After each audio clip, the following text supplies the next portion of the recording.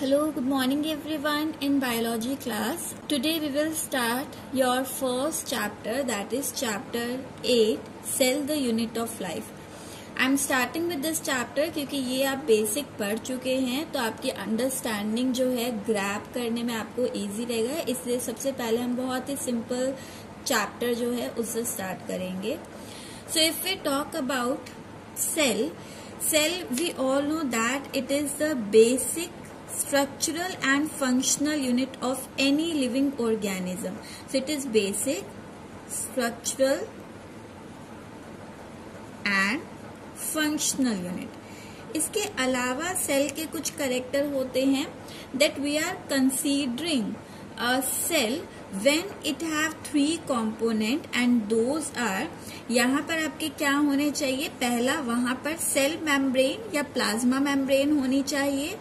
The second one is presence of fluid that is called cytoplasm and the third one is presence of genetic material.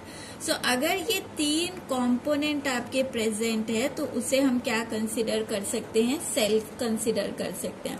But there are some exception also. यहाँ पर कुछ exceptions भी आपने पढ़ी होंगी lower classes में, like human mature RBC that we are calling mammalian mature RBC also. तो human या mammalian जो mature RBC होता है, it do not have any nucleus. Along with this, sieve tube which you have heard in phloem, both of these do not have nucleus, but still we are considering them as a cell. So यहाँ पर exceptions है आपकी, जहाँ पर आपका nucleus ना होते हुए भी इन्हें हम क्या कंसीडर कर रहे हैं, सेल कंसीडर कर रहे हैं. Along with this, more character related to cell are that inside cell we see labor of division. Cell में आपको लेबर ऑफ डिवीजन दिखता है.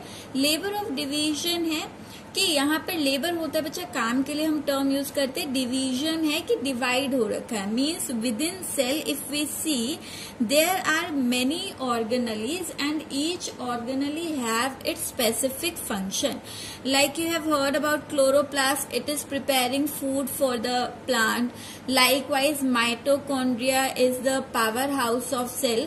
तो सेल के अंदर सेल अकेले सारा काम नहीं कर रहा है, बल्कि सेल के अंदर क्या है, सेल ऑर्गेनलीज हैं और हर ऑर्गेनलीज जो है उसका क्या है, स्पेसिफिक फंक्शन है, स्पेसिफिक फंक्शन है. सो मीन सेल के अंदर क्या है, लेबर ऑफ डिवीजन.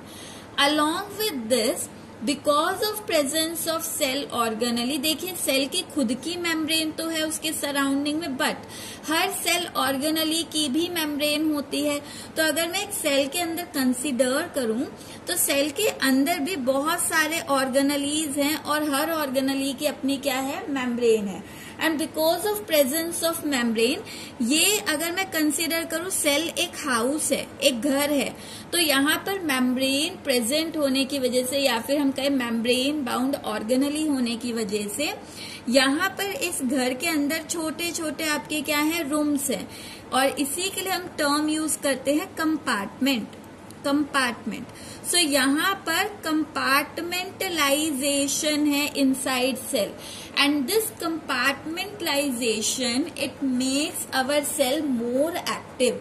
क्योंकि बच्चा सेल के अंदर जितनी भी रिएक्शन होती है, सेल के अंदर जितनी भी रिएक्शन होती हैं उन रिएक्शंस के लिए एंजाइम रिस्पॉन्सिबल है और ज्यादातर किसी भी लिविंग ऑर्गेनिज्म में जो एंजाइम्स वर्क करते हैं they always work on the membrane.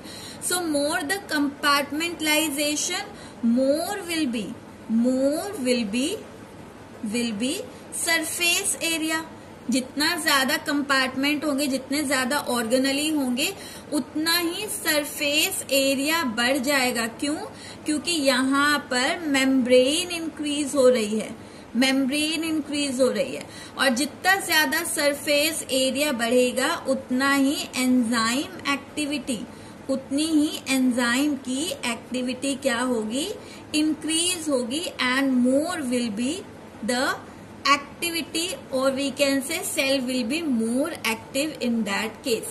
जितना ज्यादा कंपार्टमेंट यानी जितने ज्यादा ऑर्गेनली उतनी ज्यादा मेम्ब्रेन, जितनी मेम्ब्रेन उतना सरफेस एरिया ज्यादा, और जितना सरफेस एरिया ज्यादा उतना ही एंजाइम ज्यादा काम करेंगे, because most of the enzyme they work on membrane. Okay, so this is the basic characters of the cell you have heard in your lower classes. Cell होने के लिए क्या जरूरी है, एक्सेप्शंस यहाँ पर, जहां पर कुछ कंपोनेंट्स एब्सेंट है, still we are considering them cell, and these are the character that a cell have labour of division and compartmentalization. Okay, now see, अगर हम यहाँ पर बात करें हिस्ट्री की कि सेल सबसे पहले डिस्कवर किसने किया, so the cell is discovered by Robert Hooke. But Robert Hooke discovered the dead cell first. Okay, dead cell, और ये डेड सेल उन्होंने किसका डिस्कवर किया था, this is of cork of Quercus plant. Cork of Quercus is a scientific name, so you have to underline it. So Quercus plant. Now two terms are there. The first one is what is cork. तो आपके plant में outer most आपका वो reason जिसे आप हिंदी में छाल भी कहते हो, जो इजीली शेड ऑफ हो जाता है. तो मैच्योर बार्क, जो मैच्योर हो जाते हैं तने, जहां पर आउटर मोस्ट जो रीजन है, आउटर मोस्ट कॉम्पोनेंट है, वो अपने आप शेड ऑफ हो, उसी को हम क्या कहते हैं, कोर्क कहते हैं. And why we are calling it dead, because this cork is actually providing more strength to the plant. ये कोर्क प्लांट में स्ट्रेंथ प्रोवाइड करता है, क्योंकि इन सेल के अंदर साइटोप्लाज्मिक स्ट्रीमिंग नहीं दिखती है. साइटोप्लाज्मिक स्ट्रीमिंग होता है कोई भी सेल है, सेल के अंदर आपका फ्लूइड प्रेजेंट होता है, और ये फ्लूइड है तो ये हमेशा मूव करता रहेगा. तो अगर ये फ्लूइड स्लोली, बहुत स्लो रेट पर मूव करता है, आपको इतना जल्दी विजिबल नहीं होता, बट ये मूव कर रहा है. सो अगर ये मूव कर रहा है then we are considering it living, but अगर ये मूव नहीं कर रहा है then we are considering it dead. So dead cell are those cell in which the cytoplasmic streaming is absent because of a less concentration of cytoplasm. Cytoplasm कम होने की वजह से अगर यहाँ साइटोप्लाज्म मूव नहीं कर रहा है, साइटोप्लाज्मिक स्ट्रीमिंग नहीं हो रही है, then we are considering that cell as dead cell. Okay? So Robert Hooke ने सबसे पहले डेड सेल, जहां पर कोई साइटोप्लाज्म की मूवमेंट नहीं हो रही थी, उसे डिस्कवर किया, और वो डेड सेल किसका था, cork of Quercus plant. But with advancement in the microscopy, जैसे जैसे एडवांसमेंट हुई, माइक्रोस्कोप डेवलप हुए, सो यहाँ पर Anton von Leeuwenhoek was the one who discovered the first living cell. ये वो थे जिन्होंने पहले लिविंग सेल को माइक्रोस्कोप के अंदर ऑब्जर्व किया, और इसके अंदर बैक्टीरिया को उन्होंने ऑब्जर्व किया था. Then with this advancement of science, बहुत सारे साइंटिस्ट का फोकस जो है वो सेल की तरफ गया, और यहाँ पर कई साइंटिस्ट ने अलग अलग स्ट्रक्चर को ऑब्जर्व किया. जैसे सेल का जो न्यूक्लियस है उसे किसने ऑब्जर्व किया था, रॉबर्ट ब्राउन ने. लाइकवाइज जो प्रोटोप्लाज्म होता है वो आपका किया था परकिंजी ने. तो हम लेटर ऑन लेते रहेंगे, अभी बेसिक आपका डिस्कवरी में आपको इतना करना है. Okay, then the next point related to cell is here cell theory. Cell theory is actually given by Sheldon and Schwann. And out of this Sheldon and Schwann was a zoologist. ये zoologist थे, यानी कि ये animal पर study करते थे. And Sheldon was a botanist. ये botanist थे. बॉटनिस्ट बच्चा होते हैं जो कि प्लांट पर आपका स्टडी करते हैं. सो यहाँ पर आपका जो लिविंग ऑर्गेनिज्म है, अगर एनिमल की स्टडी की जाए तो हम उन्हें जूलॉजिस्ट कहते हैं, जो प्लांट की स्टडी कर रहे हैं उन्हें हम बॉटनिस्ट कहते हैं.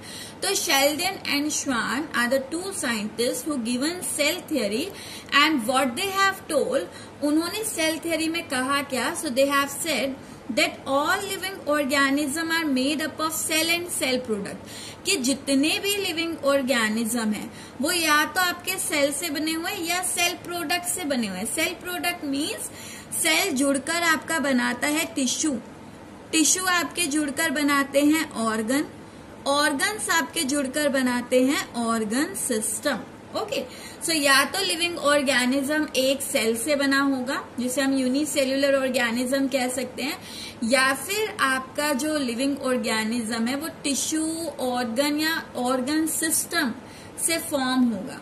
जैसे ह्यूमन की अगर हम बात करें, हमारा जो ऑर्गेनाइजेशन है वो कॉम्प्लेक्स है as we have organ systems. Okay, so this is given in cell theory by Sheldon and Schwann.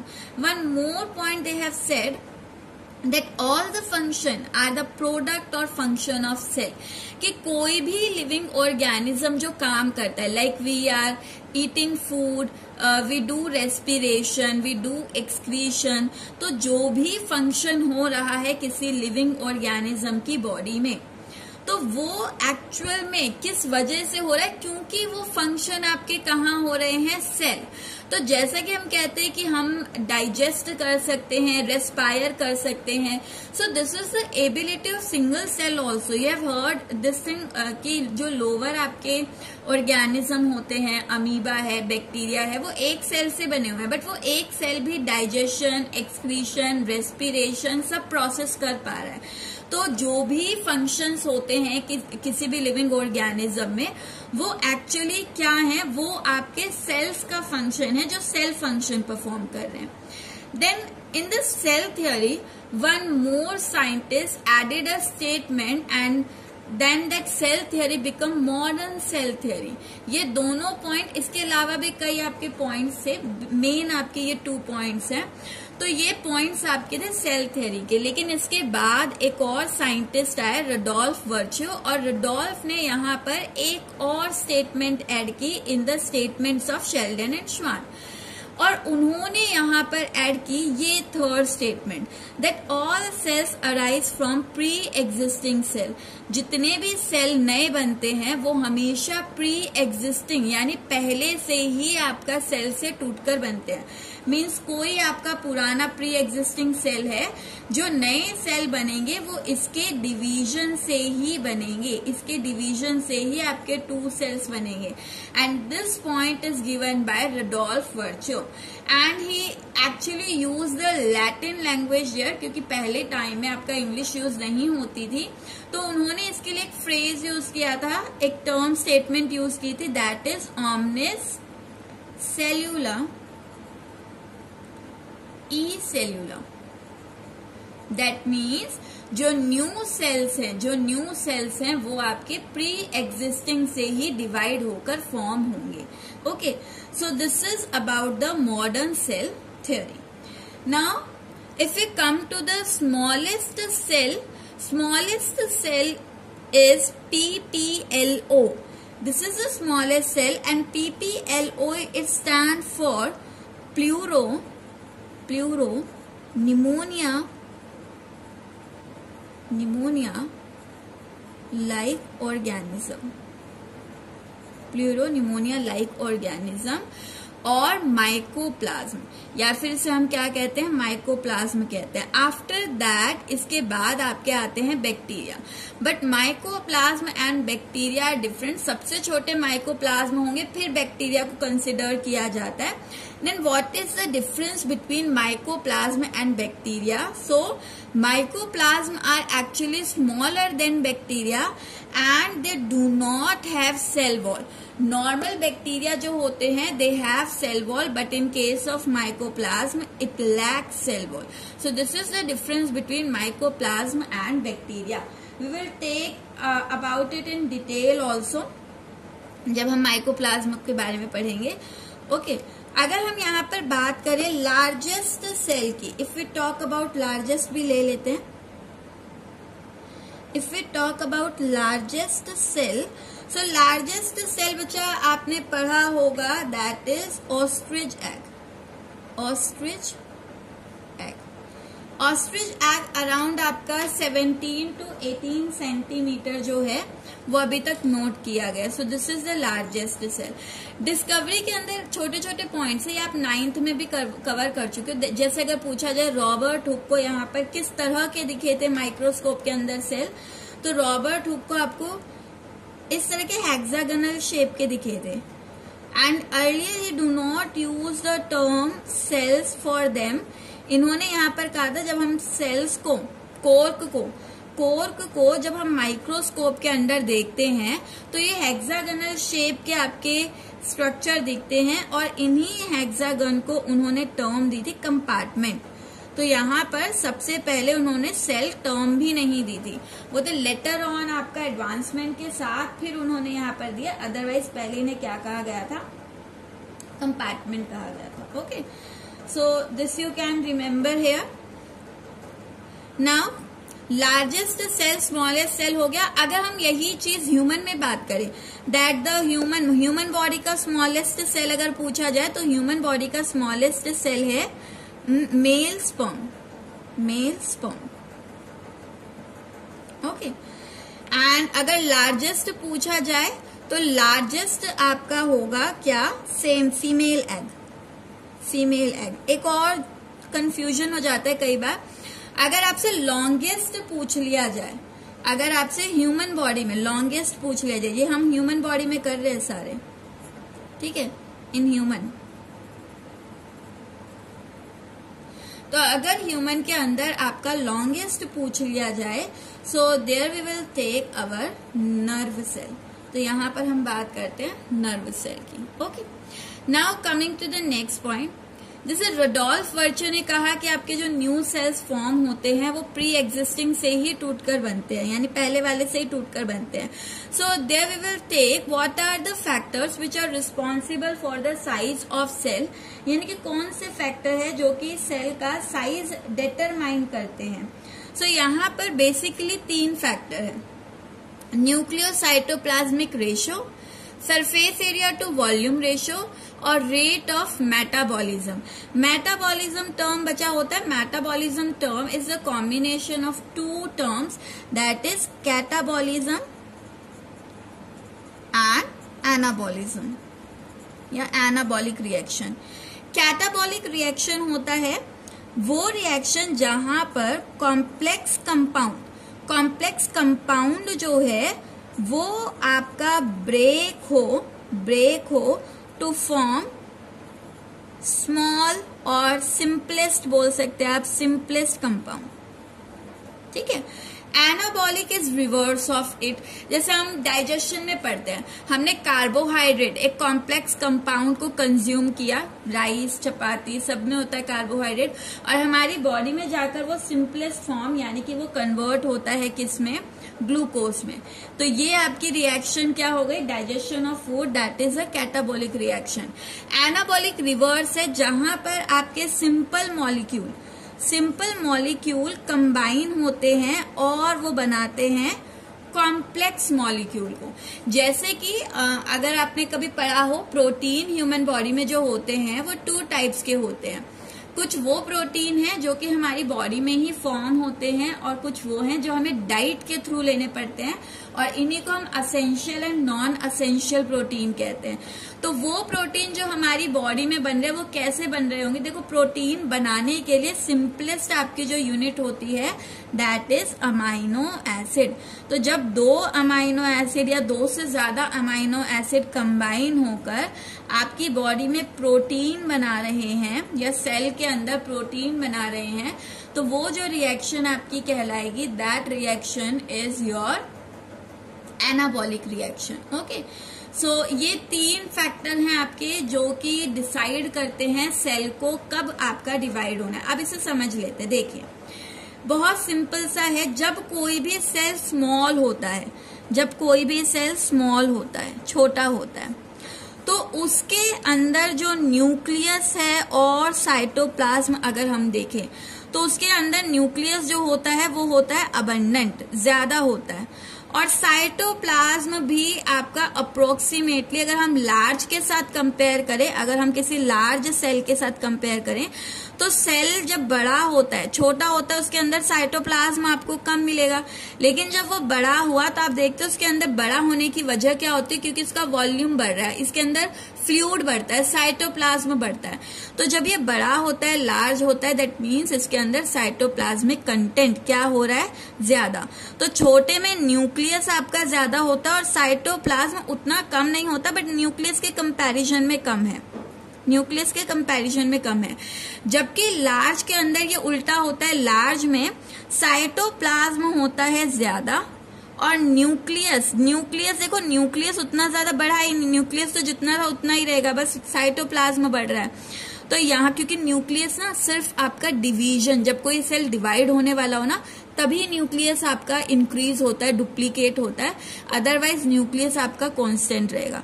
तो न्यूक्लियस यहाँ पर आपका कम हो गया। लार्ज में, बड़े सेल में साइटोप्लाज्म ज्यादा दिख रहा है, न्यूक्लियस कम है। अब देखो यहाँ पर जब भी हम किसी चीज को रेशो में लेते हैं, जैसे न्यूक्लियस टू साइटोप्लाज्मिक रेशो, तो जो भी आपका डिनोमिनेटर है उसका रिवर्स हो जाएगा। यानी ओवरऑल अगर मैं रेशो कहूं, ये तो अलग अलग हमने देखा है कि छोटे सेल में न्यूक्लियस ज्यादा है और साइटोप्लाज्म कम है। अगर मैं कहूं स्मॉल सेल का overall nucleus to cytoplasmic ratio क्या होगा, तो बच्चा वो आपका डिपेंड करता है, जो डिनोमिनेटर है उसका रिवर्स होना चाहिए। अगर साइटोप्लाज्म कम है तो ओवरऑल रेशो ज्यादा, यानी कि छोटे सेल में न्यूक्लियस टू साइटोप्लाज्मिक रेशो मोर ज्यादा होता है, जबकि बड़े सेल के अंदर आप देखिए साइटोप्लाज्म ज्यादा है तो ओवरऑल रेशो क्या हो जाएगा, कम। बड़े सेल के अंदर न्यूक्लियस टू साइटोप्लाज्मिक रेशो हो जाता है लेस, कम हो जाता है। अब यहाँ पर देखो, अगर आपका न्यूक्लियस टू साइटोप्लाज्मिक रेशो ज्यादा है, यानी इसके अंदर न्यूक्लियस जो है, हम ये तो कहते हैं कि जो न्यूक्लियस होता है वो ब्रेन ऑफ सेल है, वो सभी एक्टिविटी को कंट्रोल कर रहा है। तो इसके अंदर न्यूक्लियस इतना ज्यादा है कि साइटोप्लाज्म के अंदर जो भी रिएक्शन हो रही है उससे ये न्यूक्लियस कंट्रोल कर सकता है। ठीक है, तो मैं कहूंगी ये छोटा सेल ज्यादा एक्टिव है। क्यों? क्योंकि न्यूक्लियस इसमें हो रही सभी रिएक्शन को कंट्रोल कर पा रहा है। लेकिन अगर यहाँ पर न्यूक्लियस टू साइटोप्लाज्मिक रेशो कम है, जैसे कि लार्ज सेल में होता है, न्यूक्लियस टू साइटोप्लाज्मिक रेशो कम है, ये क्या बता रहा है कि यहाँ न्यूक्लियस इतना कम हो गया है, कि साइटोप्लाज्म में चल रही रिएक्शन, न्यूक्लियस इतना थोड़ा है कि साइटोप्लाज्म में चल रही रिएक्शन उनको कंट्रोल नहीं कर पाएगा। और जब वो सेल के रिएक्शंस को ही कंट्रोल नहीं कर पा रहा है तो वो सेल आपका एक्टिव नहीं होगा, और क्योंकि वो एक्टिव नहीं है तो वो क्या हो जाएगा, डिवाइड हो जाएगा। तो ये ध्यान रखना है, सेल कब डिवाइड होगा, जब उसका न्यूक्लियस टू साइटोप्लाज्मिक रेशो क्या हो जाए, लेस हो जाए, कम हो जाए। क्यों? क्योंकि न्यूक्लियस जो है साइटोप्लाज्म की मेटाबॉलिक रिएक्शन को कंट्रोल नहीं कर पा रहा है। ओके, पहला फैक्टर आपने समझ लिया। देखिए, पहला फैक्टर अगर आपको समझ आ गया तो थर्ड फैक्टर भी हो गया, रेट ऑफ मेटाबॉलिज्म, यानी सेल के अंदर रिएक्शन कितनी हो रही है। तो यहाँ पर भी आप बोल सकते हैं कि जो छोटे सेल होते हैं वो ज्यादा एक्टिव होते हैं, क्योंकि वहां पर आपकी मेटाबॉलिक रिएक्शन ज्यादा हो रही होती है, जबकि जो लार्ज सेल होते हैं उनके अंदर मेटाबॉलिक रिएक्शंस का जो रेट होता है वो कम हो जाता है, इसलिए वो आपके क्या हो जाते हैं, डिवाइड हो जाते हैं। तो ये भी रेट ऑफ मेटाबॉलिज्म भी स्मॉल सेल के अंदर क्या होगा, स्मॉल सेल के अंदर ज्यादा होगा और लार्ज में ये कम हो जाएगा। अब आते हैं next factor, surface area to volume ratio. Nucleus और साइटोप्लाज्म के साथ साथ यहाँ पर सेल का सरफेस एरिया, आप देख रहे हैं यहाँ सरफेस एरिया छोटा है, यहाँ सरफेस एरिया ज्यादा है। Surface area to volume ratio भी आपका मैटर करता है, और ये surface area to volume ratio जो है, जैसे जैसे सेल आपका स्मॉल से जैसे जैसे वो लार्ज होता जाएगा, ये रेशो आपका क्या होता जाएगा, रेशो डिक्रीज हो जाएगा।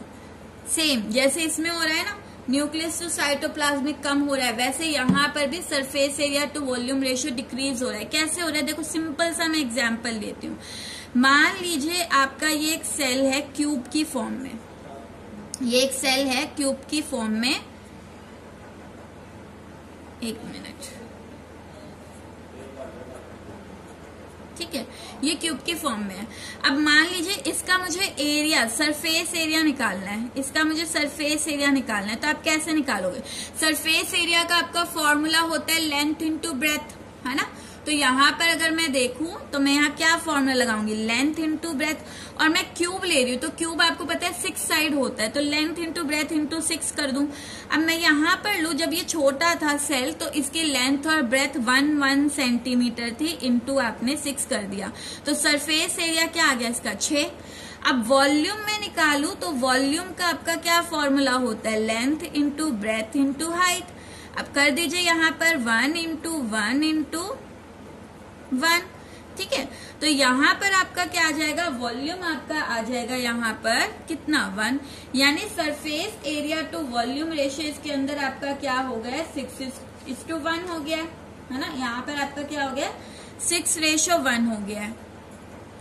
अब यहाँ पर मान लीजिए आपका सेल बड़ा हुआ, पहले ये इसकी लेंथ ब्रेथ ये 1 सेंटीमीटर था, अब ये बड़ा हुआ इसका 2 सेंटीमीटर हो गया। अब यही फॉर्मूला में आप लगा दीजिए length into breadth into 6 side के लिए, तो लेंथ इसकी 2 हो गई है, पहले 1 थी अब 2 हो गई है क्योंकि साइज बड़ा हो रहा है, और 6 साइड है। तो यहाँ पर आप देखेंगे यहाँ पर आपका कितना आ जाएगा 6 4 24 आ गया, ठीक है। इसी तरह वॉल्यूम आप निकाल लीजिए, वॉल्यूम भी आपका क्या हो जाएगा 2 इंटू 2 इंटू 2, यानी कि आपका क्या हो जाएगा 8। अब 24:8 अगर मैं रखूं, 24:8 अगर मैं रखूं तो यहाँ रेशो आपका क्या आ जाएगा, रेशो आ जाएगा आपका 3:1। आप देख रहे हैं यहाँ पर आपका 6:1 था, यहाँ पर आपका 3:1। तो जैसे जैसे मैं साइज बढ़ाती जाऊंगी, अब 2 से 3 करूंगी तो यहाँ रेशियो और कम होकर 2:1 हो जाएगा। तो जब यहाँ पर आपका एरिया, सरफेस एरिया जो है टू वॉल्यूम रेशियो कम होता जाएगा तो फिर वो सेल एक्टिव नहीं रह पाता। इसका मतलब भी यही है, उसका वॉल्यूम तो बढ़ रहा है लेकिन सरफेस एरिया कम हो रहा है। और मैंने अभी क्या बताया था, मैंने आपको बताया था कि सेल के अंदर जितना ज्यादा सरफेस एरिया होगा, जितनी ज्यादा मेम्ब्रेन होगी, उतना ही वो ज्यादा एक्टिव होगा। लेकिन यहाँ पर धीरे धीरे आपका क्या देख रहे हो, आपकी surface area to volume ratio decrease होता जा रहा है, तो फिर वो सेल आपका सस्टेन नहीं कर पाएगा, ठीक है। तो ये आज हमने बेसिक इंट्रोडक्शन पढ़ा है, मोस्ट ऑफ द चीजें आपने लोअर क्लासेस में पढ़ी हुई हैं, okay. In the next class, we will take the next part of this chapter. This is all for today. Thank you.